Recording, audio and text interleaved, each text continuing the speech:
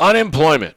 What kinds of unemployment are there? Let's start with good unemployment. And you're saying, good unemployment? Yes, there is good unemployment. And here's what good unemployment is. Let's suppose that you're a school teacher in Iowa, and you hear that there's school teacher jobs in Vegas, so you quit your job in Iowa and you come apply for a job in Las Vegas. You are unemployed. But you are unemployed by your own choice. You left one job on purpose to go find another job. Okay? Why would you do that? Well, you do that only if you thought you could find another job, right? If you thought to yourself, hey, unemployment's really high, you're going to hold on to your job. In April of 2020, hardly anybody is quitting their job on purpose. Everybody's worried about their job. They're hanging on to their job for dear life. Okay? If people are voluntarily quitting their job to go look for a job, that means the economy is pretty good. Yeah? So we call those people frictional unemployment. Frictional unemployment means you voluntarily left your job to go look for another one. Frictional unemployment is a good thing. Okay? It's a good thing. We have what we call the natural rate of unemployment, and we'll talk about this more when we get to talking about the theories of economics. But unemployment never hits zero because there's this natural rate of unemployment. And the reason it doesn't hit zero is as the economy improves, we start getting frictional unemployment. So when the economy is bad, everybody's staying in their job. We don't have any frictional unemployment. As the labor market gets better and the economy improves, we start to get frictional unemployment. So the better the economy is, the more frictional unemployment there is. The unemployment rate never goes down below maybe 3% because of frictional unemployment. Okay, we got that? All right. Number 2 is what's called seasonal unemployment. You work at one of these day clubs on the Strip. Well, your club opens in March and closes in October. November, December, January, February, you don't have a job. Maybe more months than that, you don't have a job. You are a seasonal employee. Your job is Santa Claus at the mall. Well, October, November, December, you have a job. Nobody wants to go sit on Santa's lap in July. Okay? You are a seasonal employee. Now, what we tried to do in the unemployment numbers is sort of not count these people. So, in the unemployment numbers, if there's more unemployed Santa Clauses than usual, then we count them, the extra people. If there's less unemployed Santa Clauses than normal, we count the less part. Okay? But you're supposed to be unemployed if you're Santa. You're not really unemployed in July because you're supposed to be. If you're a day club worker, you're supposed to be unemployed in January. It's not unusual. You're supposed to be. Okay? So we try not to let the seasonal up and downs of people jobs, high school kids going out in the summer and looking for summer work. We try not to let those things affect the unemployment numbers. All right. Number 3, cyclical unemployment. Cyclical unemployment is the business cycle. What's the business cycle? Remember, we have expansions and recessions and expansions and recessions. Okay? It's actually, there's more terminology and more stuff in there, but we haven't gotten to that. Cyclical unemployment is people who are unemployed because we're in a recession. We would expect them to get employed again when we get back into an expansion. So lots of the people who got unemployed in March and April of 2020, when the economy turns around, when everything opens back up and the economy turns around, they're naturally going to get their job. If they got laid off by a restaurant and now the restaurant reopens, they probably get their job back. Laid off by a casino, now the casino reopens, they probably get their job back. Okay? So cyclical unemployment is the normal up and down unemployment that goes with the normal up and downs in the economy. Doesn't mean it's a good thing. It doesn't mean that we don't have to worry about it, but it's a normal part of the up and down. Okay? The last kind of unemployment is the hardest kind of unemployment to deal with. It's called structural unemployment. Structural unemployment means that there's some mismatch in the labor market. that keeps you from getting a job. Maybe you can't read and write. There's a small percentage, 3, 4, 5% of people in the United States who don't read and write English well enough to fill out a job application. They might be unemployed, structurally unemployed. There might be a job for them and they don't know about it, or they can't apply for it. Okay? There's little towns all over the Midwest that have a factory in them. And when that factory shuts down, my mom grew up in one of these little towns in the Midwest. If that factory shuts down, there's no jobs in town. So if you live in town, you have to drive 30, 40, 50 miles to get a job. Maybe you don't have a car. Maybe you can't. Whatever it is, there may not be any job that you can physically get to.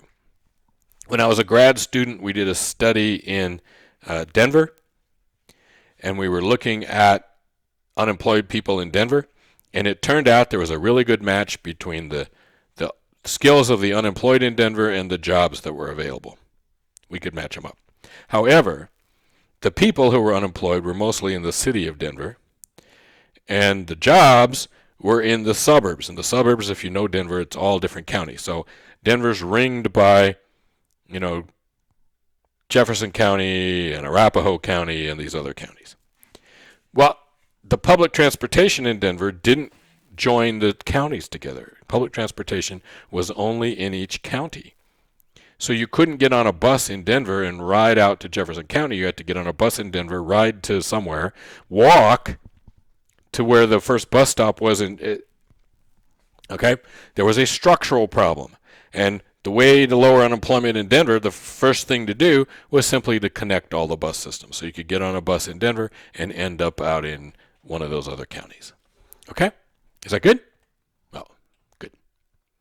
Anyway, the other half of this equation that we need to talk about is inflation.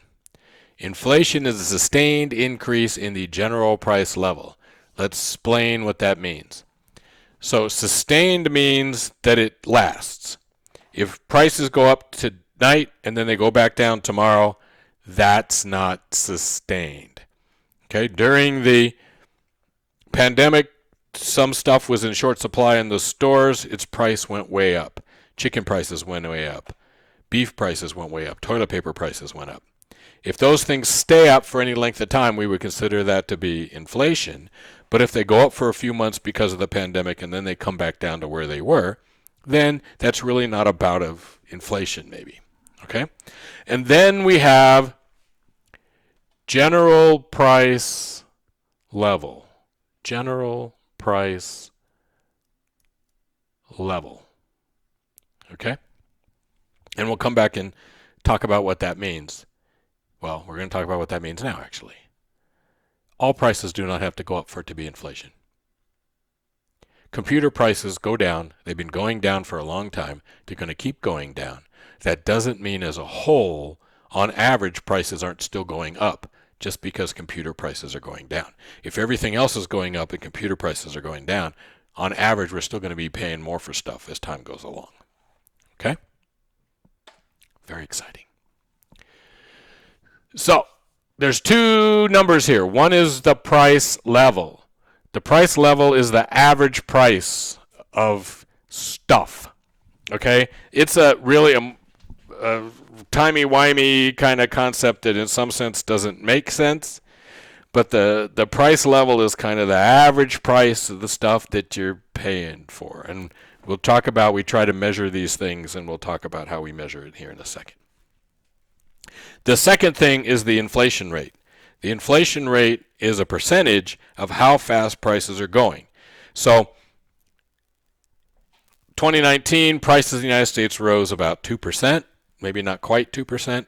There's some debate among economists about the validity of these numbers, but let's just say 2%. That's the inflation rate. Prices went up 2%. If we go back into the 70s, we often had 12 or 13% increase in prices in 1 year, and I can tell you that consumers like 2% much better than they like 12% increase in the price. All right. So the most used measure of the price level and inflation is this thing called the Consumer Price Index. The Consumer Price Index, the CPI, measures the average prices paid by an urban family of 4. So it's for urban, what are called urban wage earners. It's people who live in cities and who work, your middle class jobs. It's not for doctors and lawyers. It's people who get paid by the hour, live in a city. All right? What percent of the population do you think that is? Yeah. So if you're a college student and you're single and you're young and CPI doesn't really apply to you. It might by random chance, but it's not designed to figure out what your price changes are. Okay? Urban families, that's who? Wage earners. All right? Average prices paid. Now, what do we do to find the CPI? Okay? What we do is we calculate something called a market basket. Market basket. So we ask people, and they survey, over 10,000 people when they do this. We ask people what they buy. So you go to a family and you say, okay, how much peanut butter do you buy? How many jars of jelly do you buy? How many loaves of bread do you buy? What do you pay for electricity? What kind of car do you drive? How much gas do you buy? Blah, blah, blah, blah, blah. And so you've got thousands of households and you know exactly everything they buy. You smush that together and you say, well, the average American buys 6.2 jars of peanut butter a year and 57 loaves of bread. And you with me? And we figure out what the average one of these households buys, yes? What does this average household buy? Then we go price them. This might be a job that you want, right? Because you get to go shopping every day. So they send people out all over the country to major stores and price all these items. So they get the price of that jar of Skippy at hundreds of stores all across the United States. Right? Then they're going to take that market basket and the prices and they're going to put it all together and they're going to say, on average in the United States today, to buy this basket of goods would cost you this much money. Okay? Got that? All right. Then they're going to go out next month and do the same thing. They're going to go price the same basket. The basket's not supposed to change. They go out and price the basket again. And every month they go out and they price the basket again. And they price the basket again. And they price the basket again. All right? You with me on this?